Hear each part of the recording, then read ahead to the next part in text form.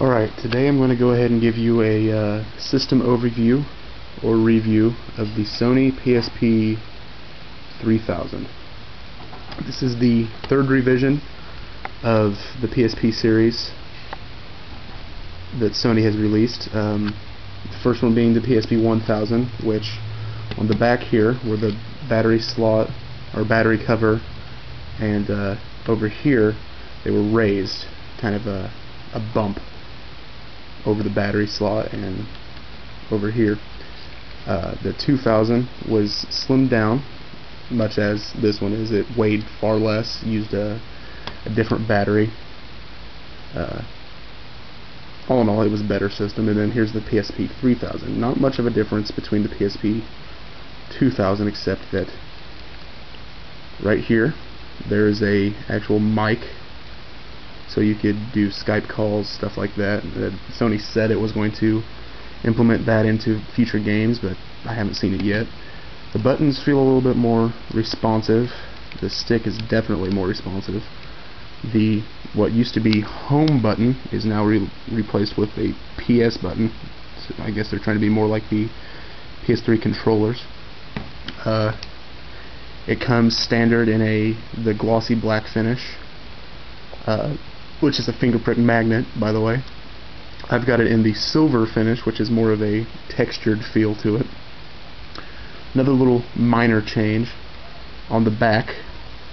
There used to be a metal ring that was much thicker than this. It was a brushed metal ring. They replaced it with a smaller chrome ring. Don't know what the difference is or why they cared to replace it, but hey, they went ahead and did that. Oh, another quick note is on the PSP 2000 and 3000 series, the speakers are right here above the face buttons and D-pad. On the PSP 1000 they were actually underneath, so a lot of times people complained that when you were playing it, if you had it pressed on your chest or sitting on a table, that the sound would become muffled. But other than that, PSP 2000 and 3000, there's really not that big of a difference. We're going to go ahead and turn it on.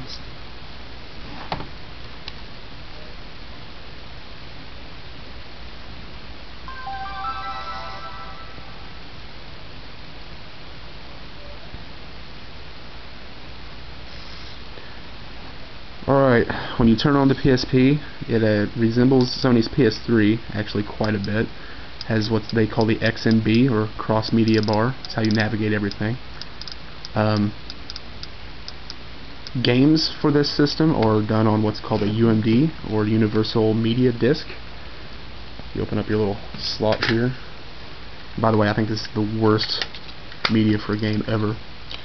But it's basically a mini DVD, mini disc, put into a protective plastic shell. Load times on this system are atrocious. Anyway, some of the other differences between the 3000 and 2000 is that apparently the color palette on this screen is far superior. Excuse me, I'm playing through my viewfinder here. But there's actually a setting where I can go to, I think it's in system settings. I don't know. But you could actually turn the color saturation from high to normal. Yeah, color space here. You notice if I turn it down, the colors seem a little bit more dull. That's the way they looked on the original PSP and PSP 2000. Turn it up high, everything seems to pop. It's a little brighter. You could adjust system settings. You could put new themes, save photos over here. There's actually a digital comic reader. You could save music in MP3 or MP4 format. Most likely more other formats. I might be wrong there. There's a new music provider. I have no idea how to pronounce it, but it's on the PSP and PSP 2000. You can play videos that are in, I believe, WMV format, MP4 format.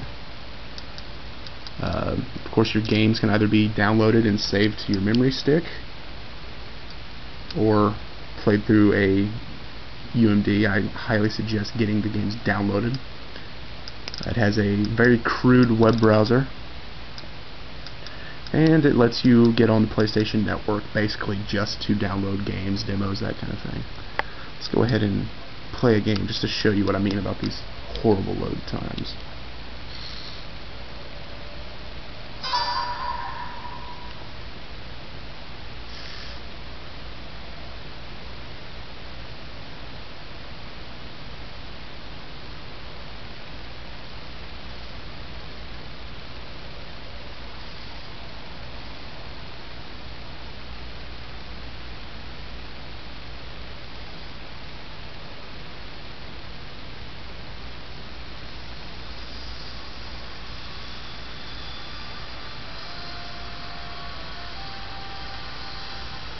Go ahead and exit out of that.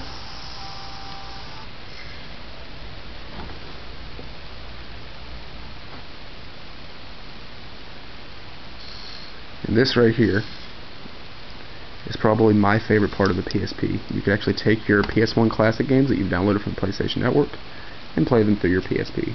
And they look amazing. Let's go ahead and start one up here. Warning sign, it has all kinds of things say don't operate the PSP system if you're tired, shit like that. Apparently it can induce a seizure. You don't want that. Seizures are bad.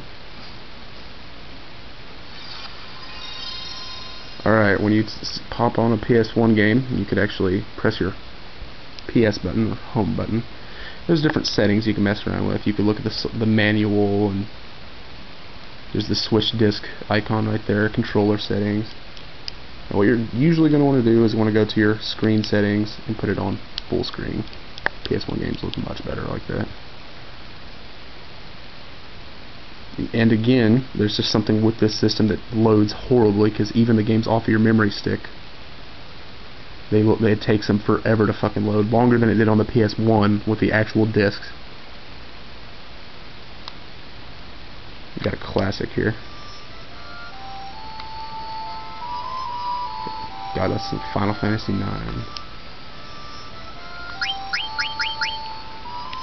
And you can adjust the controller to remap buttons, everything like that.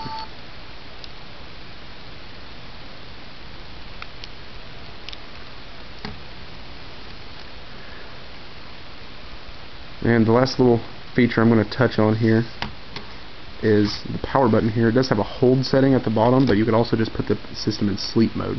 So just flick the button up, blink a couple times, then bam, it would appear to be off. But then you could just flick it up once, it goes right back to where it was. It does that the same thing during games and everything else. But if you want to completely turn it off, push it up, hold it. And that's about it, guys. Not a bad little system. I like it. Although I only own 2 UMD games, the rest of them I have on the memory card itself. But I suggest getting one of these over the piece of shit Sony Go or PSP Go. I'm sure if you go up to your little YouTube search bar up there and you type in PSP Go, 95 to 99% of those reviews are going to be, what the fuck is wrong with this thing? It's a piece of shit. I can't play my UMDs. And it's overpriced. But this bad boy, if you want to pick them up used at GameStop, you get them for $130. New, it's $200. I only paid $35 for mine because my buddy's cousin is a fucking retard. But other than that, yeah, it's a nice little system. Enjoy.